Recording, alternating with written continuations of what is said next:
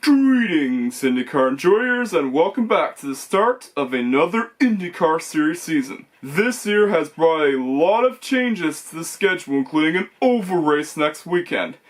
And it also has some date changes to the existing races. Not to mention, some races like Markham are going to replace some of the more iconic races like the Toronto Exhibition Center. But anyways, this year's Grand Prix at St. Petersburg begins with Scotty Mack hanging on to the lead. Palou jumps up to third. And the race gets a yellow flagged already. Notice how I don't say "and the caution just came out." That's pretty much the IndyCar equivalent of saying "and the caution just came out." Rob and Schumacher get involved in a crash. Scott Dixon went to pit road and made an early pit stop. The race restarts with Scotty Mack continuing to lead. Malukas locks up. Rob also gets penalized. Dang it! Armstrong is in fourth. Ericsson is coming closer and closer to Scotty Mack. Malukas gets into the wall and blows the tire. Wait! I didn't know that was possible in IndyCar. It was common in NASCAR, yes, but I've never seen it in IndyCar before. We see Will Power coming down to pit road, and he's taking over for Colton Herta, who is pursuing a Formula One career. VK is also seen making his pit stop. Ah crap, Will Power is out of the race.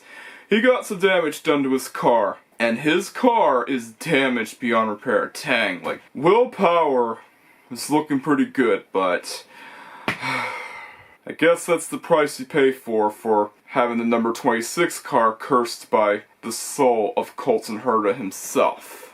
Yeah, Colton Herta's soul, oh well, he's not dead, but his spirit still remains in the car. Rasmussen spins out and is trying to get his car refired. He was able to get his car refired. He also got involved with Kiffin Simpson. Scotty Mack starts getting caught up in lap traffic, and this could give Palou a chance to take the lead if he could manage to get past Ericsson as well. More drivers come down to pit road. Simpson is also seen making his pit stop. O'Ward and Lundgaard are next to come down to pit road.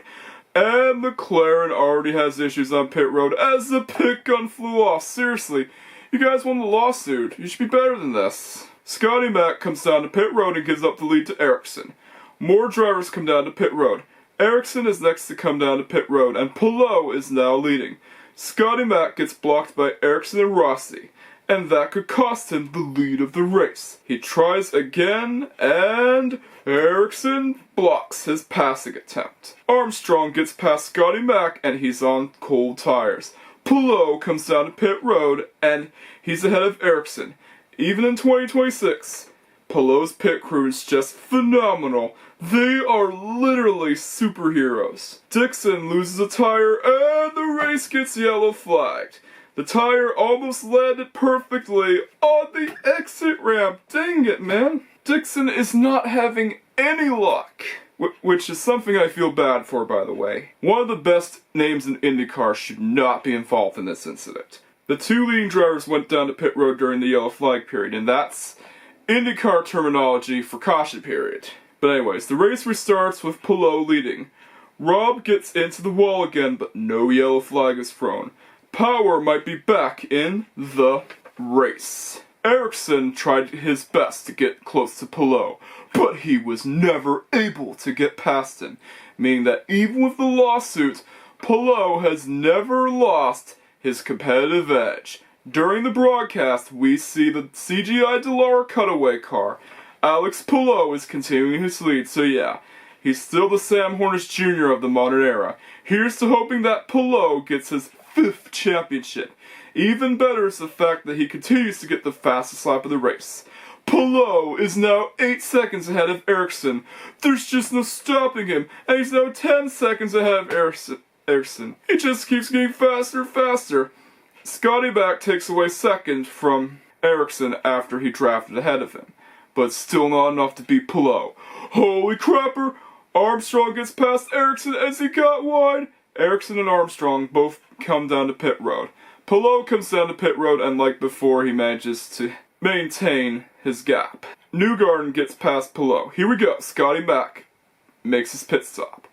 Kirkwood gets past Scotty Mack after he exits pit road, and Kirkwood gets a puncture. Not again. The leaders come down to pit road, and Palou is back in the lead. Yes! Foster is on his tail. Even he isn't a threat to Palou's dominance. Foster comes down to pit road, and Rosenquist is now in second. Amazingly, Malukas decides to come down to pit road. With 20 to go, Palou continues to lead, and he has a 5-second lead gap over Kirkwood. Scotty Mack and Kirkwood battle for second, and Lundgaard is also looking to get past him.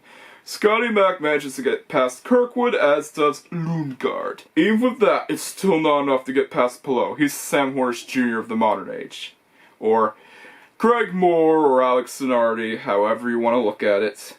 On the final lap, all Palou has to do is not make any costly mistakes, although, if you've already seen this race already, you know that he never makes the same mistake. He even put Seagal a lap down, and just like that, Palou wins again at St. Pete. This race gets a 9 out of 10, as I came here to see Palou recover from his lawsuit, and that's exactly what he does. So yeah, Palou has been in hot water with McLaren, but managed to claw his way back, and he never ever lost his competitive edge, and that's the Palou that I want to see. The Palou that I want to see is the Palou that can win races and set new records and dominate, just like Alex Zanardi used to do back in the olden days. He is so back, everyone. But anyways, it is time to sign off. Thank you for watching. If you like this video, you know what to do. Don't forget to like, comment, subscribe, and hit that notification bell just in case you haven't already done so. Catch you guys next time, and peace out. Greetings, NASCAR enjoyers, and welcome to the fourth and final part of the Road and Street Weekend.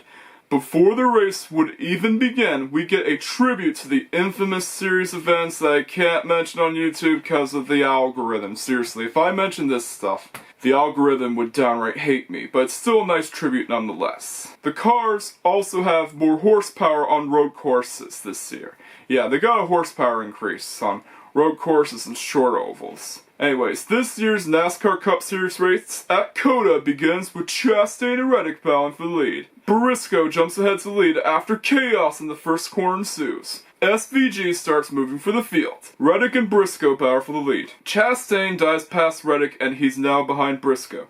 SVG is running in ninth. Briscoe continues to lead. Meanwhile, former Champ Car veteran Michael McDowell pounds the door of Chase Briscoe, and yes, Michael McDowell did race part-time in the Champ Car World Series, by the way, so he knows what road course racing is like. Jesse Love, aka the championship stealer, is in the race. Thankfully, he's not in contention to win the race, and that's good enough for me. SVG is now in 7th. Blaney is right behind Briscoe and is pounding on his door. Blaney gets past Briscoe, but he's not giving up the lead just yet. SVG dives past McDowell for 5th. So far, not much is going on. Chastain is right on Briscoe's tail. SVG has now gotten past Bell. Hold up, he got past Briscoe as well.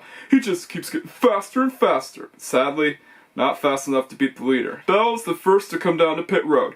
Reddick is next to come down to pit road. Blaney is next to come down to pit road to flip the stage. Chastain is now leading. Also, to note, Brandon McSwain became Ross Chastain's new crew chief, and he used to become an engineer for Hendrick Motorsports. Yeah, he's the same guy that was responsible for getting William Byron into Victory Lane 2024. But anyways, Ross Chastain takes the stage win at the 2026 NASCAR Cup Series race at Circuit of the Americas. Several drivers come down to pit road during the stage caution, and the race begins. SVG wins the race off pit road. Chastain has issues on pit road. Dang it! The second stage begins with Blaney and Reddick battling for the lead. And Zolich gets taken out on turn 1. SVG gets past Gilliland for 9th. Larson gets past Suarez for 4th. And Gregson hits the wall, but no cautions for him, was able to get back on the track safely. Suarez gets 4th back from Larson, while SVG gets past Austin Dillon. Here's to hoping that SVG gets past Briscoe next. Reddick continues to lead. Here we go. SVG gets past Briscoe. Larson is next on the chopping block as SVG gets past him too. And before you know it, SVG gets past Suarez and adds another position to his collection. Zane Smith and Brad Kay both come down to pit road. Buescher and Bowman are next to come down to pit road. A few more drivers then come down to pit road, and Alex Bowman gets a penalty for an uncontrolled tire stop. Dang it! Reddick is next to come down to pit road. SVG gets past Byron for second, and both drivers come down to pit road. Blaney also decides to come down to pit road, and just like that, Gibbs wins the second stage of the 2026 Cup Series race at COTA. Wait, what? Austin Dillon has issues with his shifter. Dang it! And that's rare, by the way. Not many have had shifter issues with the next-gen car. As expected, several drivers come down to pit road to make their pit stops. Ty Gibbs wins the race off pit road. The third and final stage begins with the usual chaos in turn 1. SVG fell back to fifth. He attempted to overtake Byron but wasn't able to do it. Eric Jones spun out and got back to the track. Just skim the GPS or road course ringer already. Seriously, Eric Jones is one of the worst drivers on road courses. You might as well get, Sho Sobi to take over for him on road courses and try to have that absence be talked over with NASCAR. Something like that. Because, I'm sorry, but Eric Jones doesn't deserve to be racing on road courses. He's the worst driver at road courses. Even Michael Roos mentions this. Zilich gets past Hendrick. Larson, Bell, and Chastain bow for 7th. SVG got past Byron. Bell blocks a crossover attempt from Larson. Larson and Bell continue to go at it. Thanks to Busch, Larson manages to get past Bell. SVG gets past Briscoe and is now in third. And Briscoe's fallen back as he has issues with his car. Because of that, he had no choice but to go down to pit road. More drivers are seen coming down to pit road. Larson and Priest are next to come down to pit road. Zilich is in 5th, while Reddick continues to lead. Reddick and Blaney come down to pit road, while SVG stays out. SVG is now leading until he too pits in. Byron is next to come down to pit road. More drivers then make their pit stops. McDowell attempts a Verstappen strat by staying out longer than the others. Oh, come on! Chastain gets into the dirt and loses a wheel. And the caution just came out for a loose wheel. And it had to happen to one of my favorite drivers, man. First non-stage caution of the day, by the way. Here we go. Joey Hand takes over for Brad Kay. This could be detrimental to SVG himself. As expected, several drivers come down to pit road during the caution, but anyways. The race restarts with chaos in the first corner, and SVG got into second. Zane Smith gets a blown tire, but no caution is thrown. Cindric comes down to pit road as he got a flat tire. Eric Jones makes his pit stop. Seriously, just get Sho Sobi in his car already. Eric Jones can't even do road courses well. I'm sorry, man. Kyle Busch gets involved with Jesse Love and also forced Buescher to spin out. SVG is getting closer and closer to Reddick. Dang it, SVG still isn't able to get past Reddick. Now, this is one race where hate to say this, but I want SVG to win. Yes, Reddick, it would be great to see Reddick get a 3 in a row, but I want to see SVG win, man. SVG is my go-to guy for road courses. Larson gets past Blaney. And yeah, I'd rather have SVG win than Reddick break that record, because I want SVG to get that 7th road course win. So yeah, Reddick is determined to break that record. And yeah, seeing Tyler Reddick hold up Shane Van Gisbergen is pretty much the NASCAR equivalent of seeing, let's see, what's a famous GT1 car that was known for winning a lot? Yeah, it's pretty much like seeing the Lotus Elise GT1 hold up the Mercedes-Benz CLK LM. Or, more famously, it's pretty much like seeing the Saleen S7R hold up the Maserati MC12, which, amazingly, actually happened. And it's pretty much like seeing the Aston Martin DBR9 hold up a Chevy Corvette C6R. It's just something you don't see a lot. Even on the final lap, Reddick still leads. Hocevar spins out and that kinda killed the race for me, but thankfully, no causes thrown.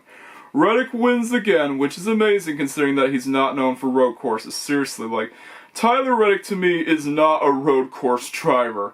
He is an oval driver. To me, Tyler Reddick is strictly an oval driver. A driver who's best at ovals, just like how Alex Palou is best at road courses. but you may never know though. In my opinion, the race gets 8 out of 10. As much as I like seeing Reddick win, seeing him win back to back to back to back to back can get stale. I mean, this is one race where I didn't want Tyler Reddick to win this time. I wanted Shane Van Gisbergen to win.